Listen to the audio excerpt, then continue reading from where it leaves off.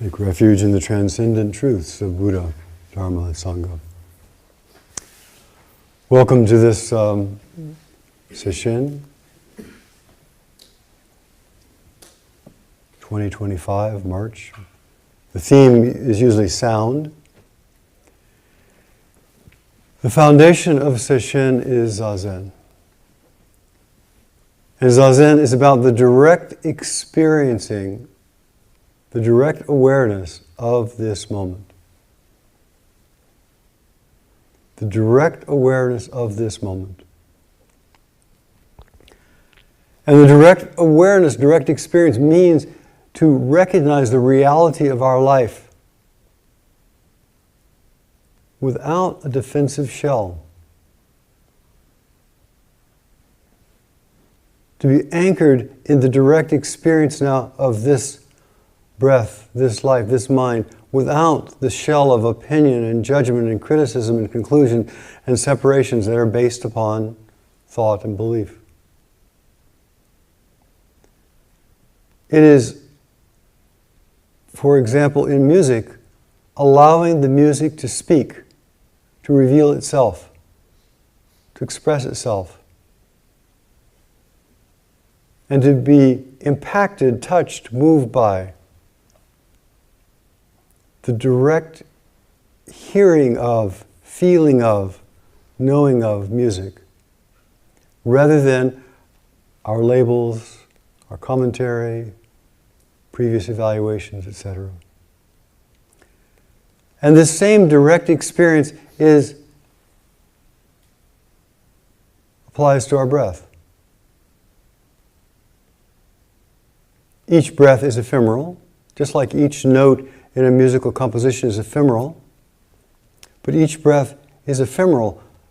The blossoms, the cherry blossoms, all the blossoms that are coming out in the spring, they're ephemeral. They're here just for a little bit of time, and they disappear. They have a moment of beauty, and they're gone. This breath has a moment of beauty and is gone. The sound that you're hearing right now, each tone has a moment of life, of liveliness, and it's gone. And the direct experiencing of the fluidity of our own awareness, the direct experience of the fluidity of our own experience is the foundation of Zazen.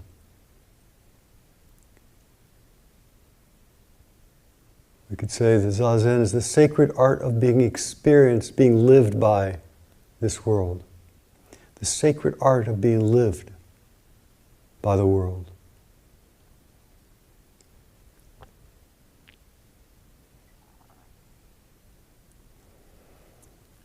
And what is the essential requisite for a sacred art? Awareness. Attention. Someone went to one of the great Chinese masters and said, my life is short, I have a very little time to live. Can you give me a teaching that will go right to the heart?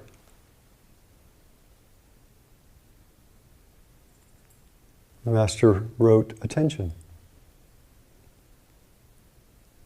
Attention, we all know attention, we all have talked about, heard about attention, we all can pay attention. Isn't there anything more to the point? Isn't there anything that's deeper? Isn't there anything that's more alive? Isn't there anything you can say that really will touch my heart and make me recognize this?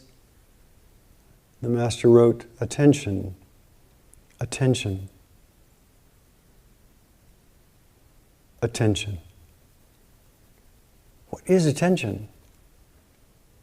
Attention.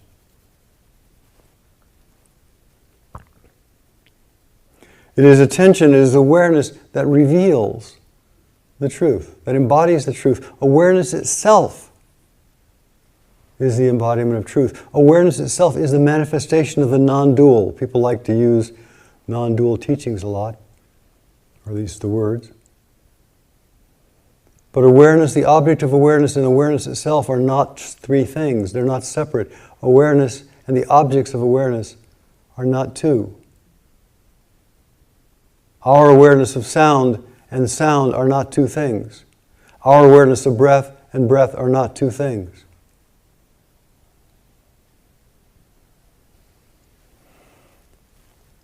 We could say enlightenment is waking up to this.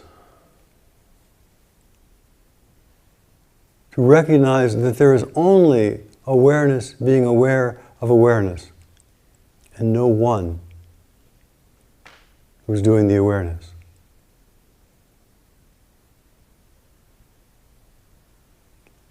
From this perspective, there is nothing else to be said or done, really. And liberation is found in awareness of awareness, with awareness. So from that foundation, we're all in the same boat, so to speak. We all have the same fundamental practice. We all have the same fundamental mind, the mind of awareness. And yet, in the non-dual, in awareness itself, it includes the contents of awareness. It includes the contents. Awareness is essentially all there is, an awareness of awareness of awareness of awareness of awareness. And yet, in that endless regression of awareness, there are the objects of awareness. And so we use the objects of awareness, we use words and language and stories to point at, to elucidate, to encourage, to inspire us to recognize what is always fundamentally the foundation of our life of truth.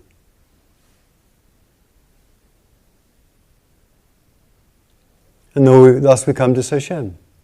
We come to Sesshin to recognize what is the foundation of being, what is the most true in our direct experience, and then learning to recognize it, to express it, to live from it, and to help others find freedom is part of Sesshin.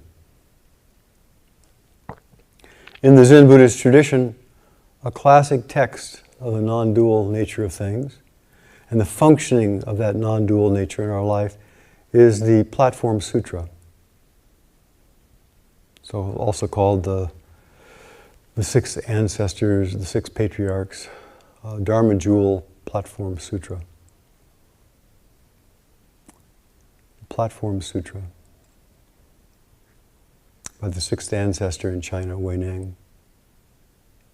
And the text was given the title Sutra, which usually refers to the things that the Buddha said.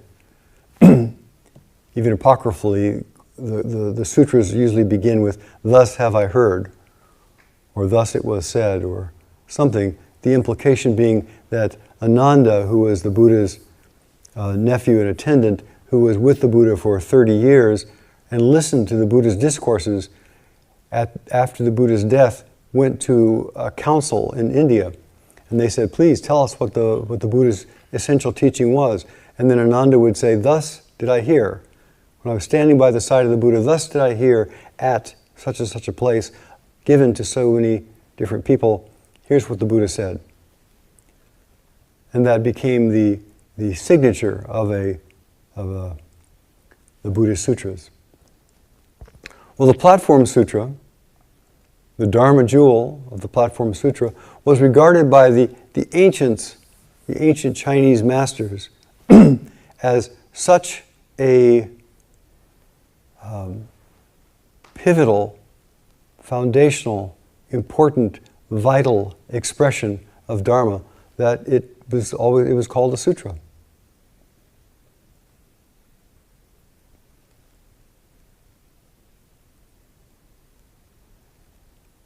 So this is a sutra written, compiled in about 700 CE and attributed to the Chan master Wei Nang.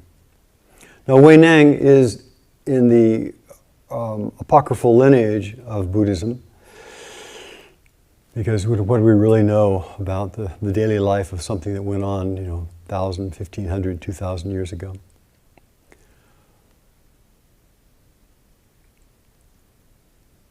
So the evolution as probably you know, is in the 500s. Great Master Bodhidharma came from India to China. And Buddhism had been in China for 400 years, several hundred years before that time. And it was, there were temples and monasteries, the whole shebang. And Bodhidharma came, and the essential thing that he brought was that the Dharma, the truth, is something that can be directly realized by each and every person. And that at the root of that direct realization is a great miraculous mystery which can be perceived, which can be recognized. And it is said that as an old man, he went to China. It said it took him several years to go to China from India. And he met with Emperor Wu. Emperor Wu was an emperor of the southern Tang, I believe. And Emperor Wu talked to Bodhidharma and said, I've done all these wonderful things. I have ordained monks, I build temples, I build monasteries, I have paid for sutras being translated. I've done lots of things. Tell me, what is the merit I'm going to receive from all that? And Bodhidharma said, there is no merit. Tell me the benefit I'm going to get from all that. Tell me what I'm going to get from my spiritual practice. I've done all these great things. What am I going to get? Bodhidharma said, sorry.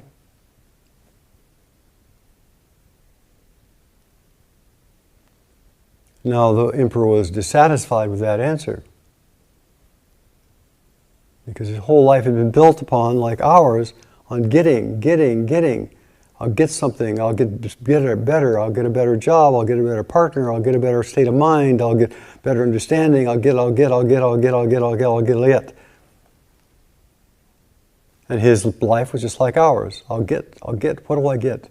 He happened to be an emperor, so he could afford to pay for lots of things. It's not an uncommon state of mind for leaders of countries and us. And Bodhidharma said, no, there's nothing. That's what you get. You get this moment. You get the alive, awake moment right here. You get this life. You get to wake up right here. And you can, of course, it is incumbent upon all of us to exercise our lives and to utilize our skills and to do the very best we can do with the particular karmic bundle that we have. It's very vital and important, just like for the emperor, it's important to act wholeheartedly, to give life to this life, this particular way of being, this particular body-mind. But what do we get from it? We get life. We get life. We get to recognize the life that is living us, that is moving through us, that is always present, that is unafraid. And then this life which lives us becomes an unfolding of that mystery. If we don't do that, if we have some understanding that does not incorporate this particular body-mind, this particular circumstance, that life that we found ourselves in, then it's very limited. Then it's an idea, because things are not two. So Bodhidharma talked to the emperor and said, you get nothing. Vast emptiness and nothing that can be called holy.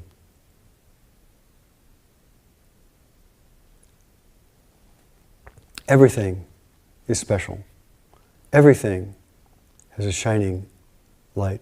Everything is important. If it's in our life and in front of us, that is important. And it's not as though there is some other thing somewhere else that is the more important thing to do. It is what has been brought to us right now with this breath, with this mind. That right there is the manifestation of the vital life of Dharma. So, Bodhidharma is regarded as the first ancestor in China. He left the emperor. He went, according to the story, to Shaolin Monastery or Shaolin Mountain in China. He had a disciple named Wei Ko. Wei Ko was a mature person in his 40s, and he had been studying Dharma for many years. He'd been a monk. His life was devoted to Dharma, but he was not satisfied. His heart was not at peace. He had worked. He'd gone to lots of retreats. He'd been doing teachings. He'd probably had, translated sutras. He lived in community. He was very erudite, but his heart was not at rest. And to me, that is the sign that that we're all in that same boat. When our heart is not at rest, what does that mean? That means deep inside, is there a place that doesn't feel complete, that there's rubbing, that there's grating, that there's a sense of dissatisfaction, a sense of separation. Wei Ko had this gnawing dissatisfaction despite his erudition, his education, his success. And he sought out and found Bodhidharma. And it's said that he found Bodhidharma in the winter, and Bodhidharma was meditating in a cave.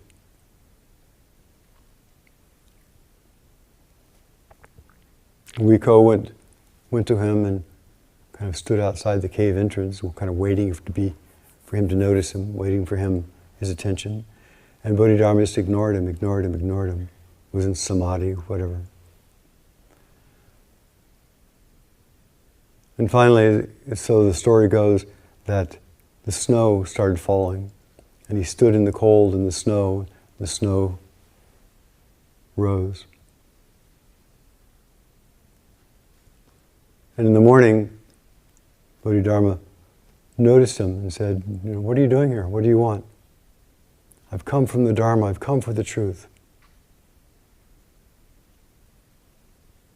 And Bodhidharma's answer is, "Well, you're a intelligent person. You've got what you think you want. You're arrogant. You're full of yourself. Why should I bother teaching you?"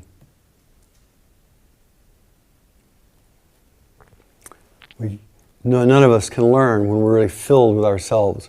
When we're filled to the brim with what we know and all of our understanding and everything that we've accomplished and all of our sophistication. There's not much room.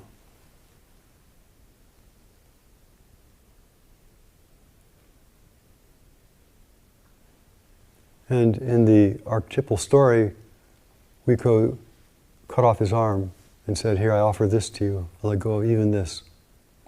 I let go of myself." Now, the reality is you'd not pull out a knife and try to cut his arm off. That doesn't work. You can't do that. But the implication is that he was willing to let go of his own sense of separation, of arrogance, to let go of our arrogance. And he said, I'll let go of my arrogance, this dramatic way. Bodhidharma said, "Okay, tell me, what's going on? Why are you here?" He said, "My heart is not at ease. My heart is not at ease. I'm suffering." And then the famous words of Bodhidharma, he said, "Well, bring me your mind. Show me your heart. Show me what is suffering." And then, of course, that's true for all of us. What is it that is unhappy? What is it that is what's the friction we feel inside? Where is it? Show it. Where Where's that friction? Where's the dissatisfaction? Where's the unhappiness? Wiko says, I've searched endlessly. I've searched deeply. I've searched meticulously. I have looked in my heart, my mind, my body, everything I can look. I cannot find it. And Bodhidharma says, there, right there, you're liberated.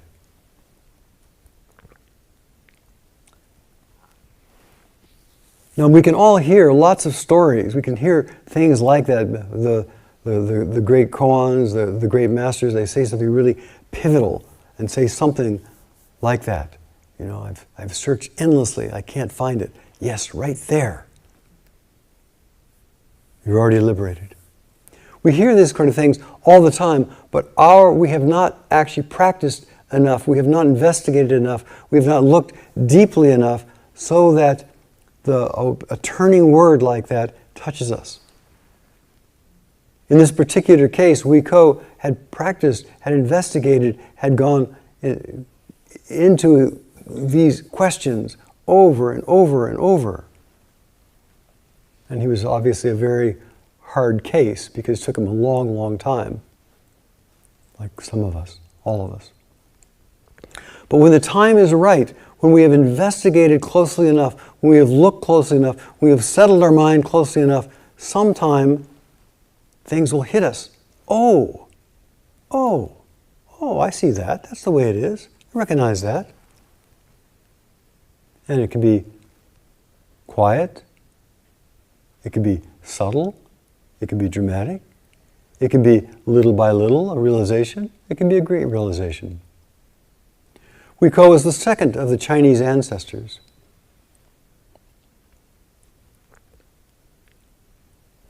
His number one student was somebody who was afflicted with leprosy.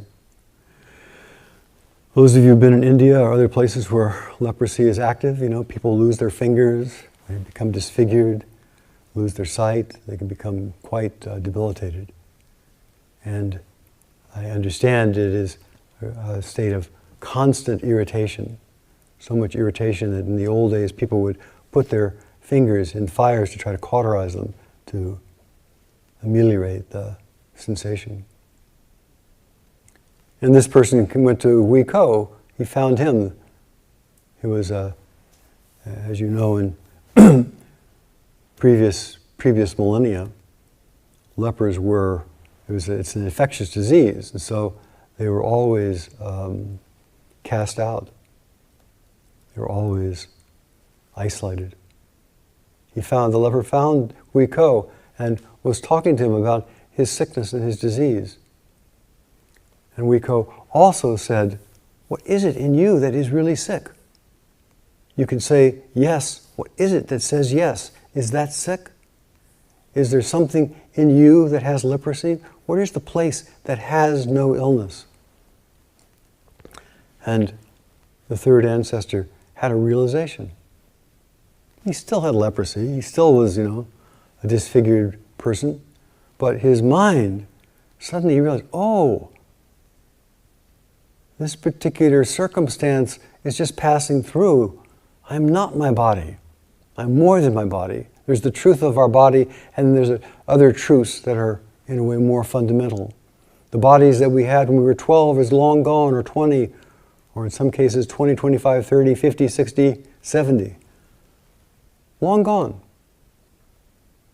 All those bodies are long gone. And yet, here we are, alert, alive. The third ancestor also had a Dharma heir, who had a Dharma heir. Each of the beings in our lineage, each of the beings in the world's lineage were humans. They were humans, and as humans, they faced all the things that humans face, each in their own way. Everybody, number one truth of Dharma is everybody's got problems. Everybody has challenges. It doesn't matter whether you have a lot of money or no money. It doesn't matter whether you have a healthy body or not a healthy body. It doesn't matter whether your mind is afflicted or unafflicted. There are challenges. And each person who encountered the Dharma and understood the Dharma and manifested the Dharma and taught the Dharma had challenges, had big challenges, had challenges of wandering mind and aching bodies and sickness, and had challenges of persecution, had challenges of all the, the human things. And yet, there is something that is transcendent, that penetrates through all challenges, that is always present and alive, and that is the focus of Sesshin. And that is the place of liberation, the liberation that happens regardless, not regardless, but in the midst of, that penetrates through our particular vexations. Our vexations are not an impediment unless we make them so.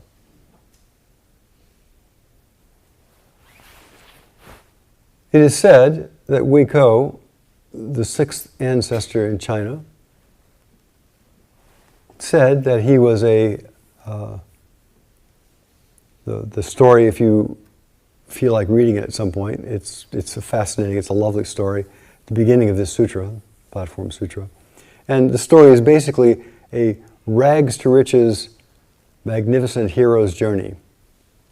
You know, somebody who's really poor, who has no education, who is doing really at the very lowest level of menial work, has a deep realization. They travel to a very elite monastery in China, where there are thousands of monks with very kind of one of the jewels of Dharma, and then their realization shines forth, and they're discovered, and are transmitted and become the sixth ancestor.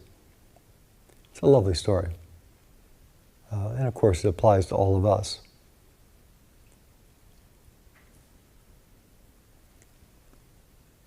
And he becomes a bearer of wisdom. And then he disappears, goes off into the woods, ripens, cultivates. You know, any insight that we have is never complete in itself. It has to be matured. It has to be ripened in this human realm. There's no shortcut to spiritual maturity, regardless of the depths of our insight. So after a number of years traveling, being in the woods, doing some practice, he said he practiced with hunters and other itinerants. He presented himself in southern China. And the famous koan of his coming out is two monks are looking at a flag, and they're discussing the nature of motion, the nature of movement. And they're saying, the flag's moving. You know, obviously, moving in the wind. And then another monk says, no, the flag is actually not moving, it's the wind that's moving. The flag is actually still, you know, the texture of the material is just the way it is, and it's only being moved by the wind. Well, the other one says, oh, well, if there's just wind with no flag, then there's no movement. And they go back and forth, the way people do. And the sixth ancestor happened to hear them as he was going by and said, no. It's not the flag moving, it's not the wind moving, it is your mind that is moving. It's your thoughts that are moving. It is your awareness that is creating mind, wind, flag.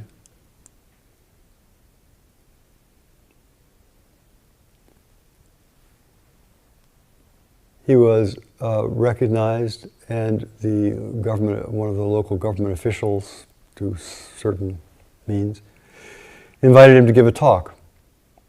And so he sat on the ordination platform, that's why it's called the Platform Sutra, that in the traditional ordination ceremony of becoming a bhikkhu, a monk, there is a platform. And that platform can be quite large. It can be, probably in the old days the size of a football field sometimes, but usually it's like 20 by 20. And on there they would do all the ordination ceremonies. The ordination ceremony, in the traditional way, you need to have a number of representatives of people who were previously ordained. So he would sit on the ordination platform and he gave a talk. And then his disciples transcribed that talk.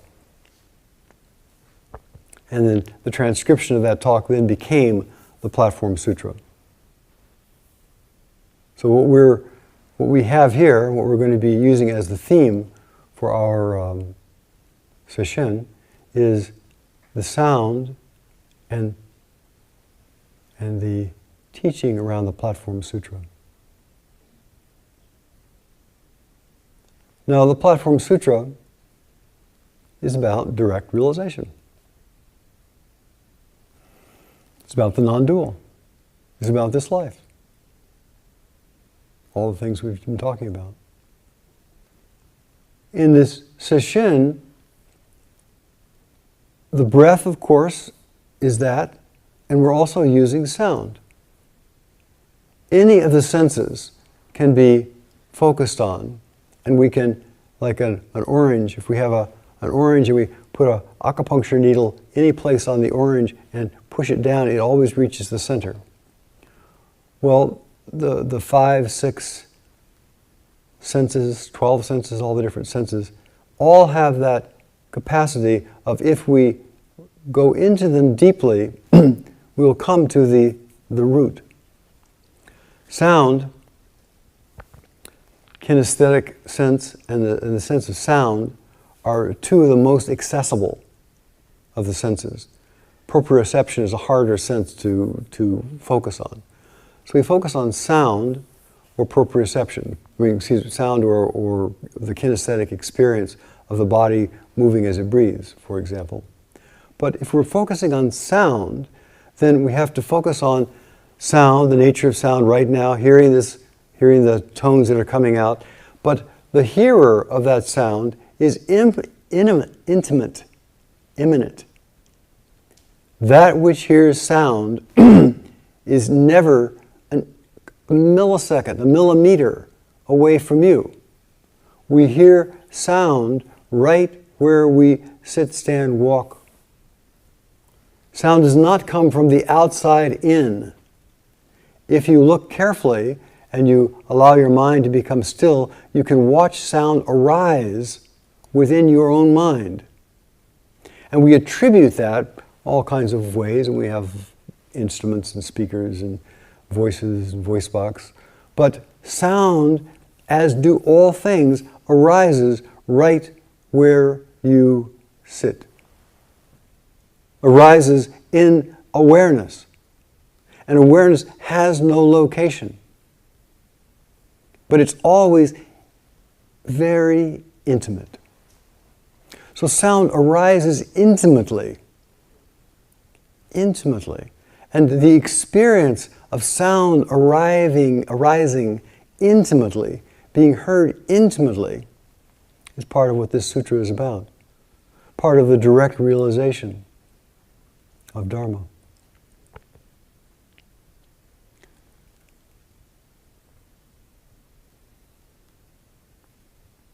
And then the sutra talks about the inherent freedom, the creativity, the dynamicism, the ever-flowing quality of that vital aliveness that can be directly perceived.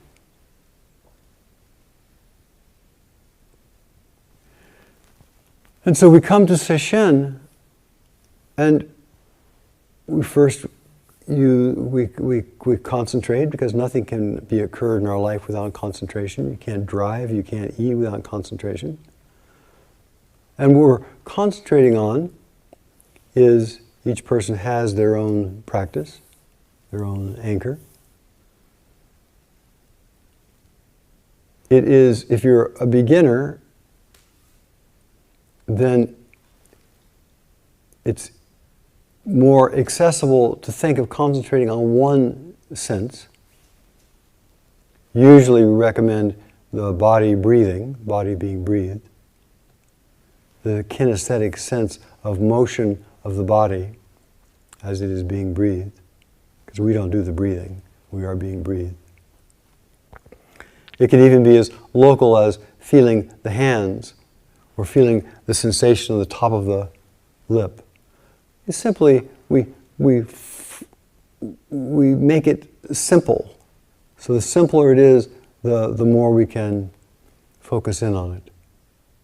But if you've been practicing for a long time, if you've been practicing for a while, you know that sound is heard with the body. And so we can feel the body breathing and sound simultaneously. They're not two things. So without changing from your number one anchor, you can anchor right now in the way you normally practice meditation, and simultaneously you're hearing the sound of my voice. But that's a more sophisticated practice, the inclusive nature of things, and that it actually can become more and more and more and more inclusive as we continue practicing. But when we're beginning, it's always good to have a specific way of localizing our attention. And the body moving as it breathes, relaxing on the exhalation, is always, always, always an anchor that is worth cultivating. But while you do that, you can hear. Or forget about the body moving as it breathes and just listen. There's always something interesting to hear. Always. And in the middle of the night when everything is totally silent, there's the ringing, humming isness, the quivering, tingling of our own life, which some people call tinnitus or tinnitus. But it's nothing but the life energy quivering. And the life energy, that quivering tinnitus, and the hearing of that tinnitus are the same. Sound and the hearing of the sound are exactly the same. Cool. And then the sutra continues, and it just says, well, thought's always flowing. Insight's always flowing. We have a great, wonderful, magnificent insight, and it disappears, goes away. We have a horrible dream. We wake up shaking and sweating, and it's gone. We have, every thought that we have is only a flicker. It's ephemeral. It arises from nowhere and remains nowhere. And to actually see the flickering, ephemeral nature of our thoughts is an enormous place of relief, freedom.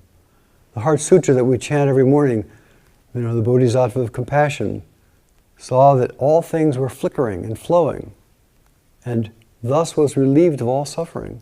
All of those traps of our belief that our minds create, based upon our thoughts, based upon our grabbing a hold of flickering thought, are suddenly freed. Everything is flowing. Nothing is solid. We have to confirm that. We have to see that, because our habitual mind, we have been conditioned so that we think, oh, that isn't the way things are. We have been conditioned so that we think that things are solid and are real. But if we look directly at them, I'm always impressed when I think about a glass of warm water in a clear glass. From a distance, with a blurred vision, because we can't see the molecules, from a distance, with a blurred vision, a glass of warm water looks still. But when we get close to it, if our vision were sharper, we would see it's a swirling mass of molecules, swirling currents. It only looks still because we are removed from it. We have separated ourselves. We have not gotten really close to it. If we get close to our breath, we see it never stops. And if we hold it for a moment, it always starts again. It's nothing but a mass of flowing experience. and our thoughts flowing experience. And when we see things are just flowing experience, the grasping, the attachment, the clutching that happens, we can stop trying to grab a handful of water, trying to clutch at a fistful of fine sand, because they just flow away. And then when we stop doing that, there's great space. The sutra also says that everybody can recognize this. This is just, reality is so ordinary. It can be recognized.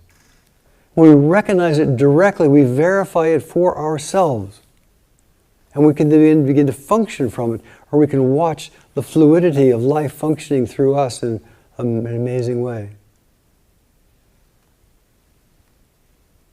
And even if we recognize that, the sutra goes on and says, well, okay, that's great, recognize that, see that, find that freedom, but even then, our conditioning, our habits, the social mores we grew up with, they're powerful, they're compelling. And we may see something very clearly and deeply, we may have seen something very clearly and deeply in our life, but unless we are constantly returning, investigating, and practicing it with it, then the ordinary life kind of takes over again. It's one of the virtues of living in a place like this, where you're just reminded constantly. Look, recognize. Well, we can have a profound insight, and then we go away, circumstances change, and we get re-involved with all the conditioning, all the shoulds and the oughts, and all the criticism and judgment, and we get inundated with the propaganda of media, and before we know it, our direct insight has become a memory, a faint thing, and instead we get lost. So it is and that's true even in a retreat. We may have an insight in a moment, but unless we keep coming back to anchoring in concentration, in looking and investigation into the nature of things, then our habits of mind will come in and try to grab a hold of it, cover it up, and before we know it, we're battling monsters again.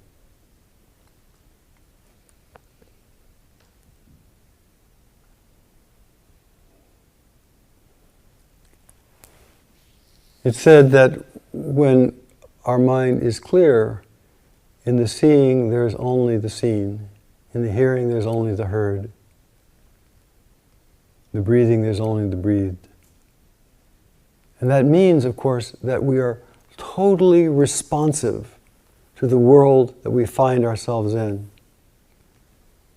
That there is not some state of calm equanimity that is at the center of the world, and we are removed from the world in some way. But when our mind becomes clear, we, as an empty center, as somebody who sees the spacious nature of things, is totally engaged and responsive to our particular world. We all live in different worlds. Totally responsive. The sign of realization is responsiveness. And of course, everybody responds as best they can in the world they live in. And we don't live in the same world. We don't have the same experiences. We don't think the same thoughts. And so the responsiveness that we have to our world is unique. And we have great confidence and no fear, because we are spaciously responding to the exigencies of the world we find ourselves in.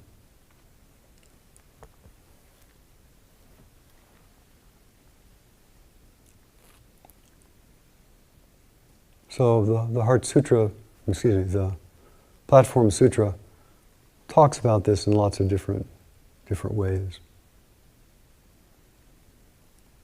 one of my favorite stories is the story of a scholar named Hogen. And Hogen had studied Dharma for many years, very bright, very intelligent guy. Apparently it said that if you ask him a question, he can give you 10 different answers that all had some resonance. And he went to his teacher. He met a teacher named Isan. And Isan said, "Great, I'm wonderful to meet you. I'm glad you're so, I've got so much erudition. I'm glad that you've got such a rich background. Please give me one thing that is absolutely fresh. Say one thing that's absolutely fresh." And Hogen started saying things, and he said, no, you read that somewhere, no, you heard that somewhere else, no, you've seen that happen somewhere else. And this went on for years. Hogen would go and do Sanzen, Isan would say, fresh, fresh. And of course he would try jumping up and down and shouting and saying all kinds of profound and not so profound things. And Isan just kept saying, no. That's an idea. You have this idea, if I just jump up and down, you have this idea. No, I want something fresh. I want something that has no antecedent to it. And it became a real koan. What is it that's fresh? What is it that's alive? That's not conditioned. And at one point, Hogen said, I just don't know. I'm so stuck by this. Now, of course, when you have a koan like that, the person who has to be satisfied is you. It doesn't matter whether somebody says, yes, you got it, no, you don't got it, who cares? But when we have a fundamental life question, when we have something that really is right down to the fundamental dissatisfaction and grading of our life, we have to be satisfied. And so Hogen wasn't satisfied. He kept trying, and he just kept saying, nope, not it. Finally he said, I just can't do this anymore. I'm going to go and I'll take care of a grave, one of the ancestors' graves. And he was sweeping the grave, taking care of it. Those of you who've been in Asia know there are lots of monuments, lots of different places. And one day while he was quietly sweeping, a rock flew from his broom and hit a bamboo with a clunk. In that moment, Hogen's mind opened. In the same way, our minds have the potential to be opened when they are deeply curious, deeply still, deeply in touch with the foundation of being, which is our root. So please, as we go forward in this retreat, take your primary practice. It's not as though there's some philosophic thing that is separate from that. It's not as though there's some insight that is separate from that. Take your primary practice and be more intimate with it, more curious, be more resonant with your own heart. And then see what is at the core of your very being. What is at the core of our life? And then give life to that life with your life. Thank you.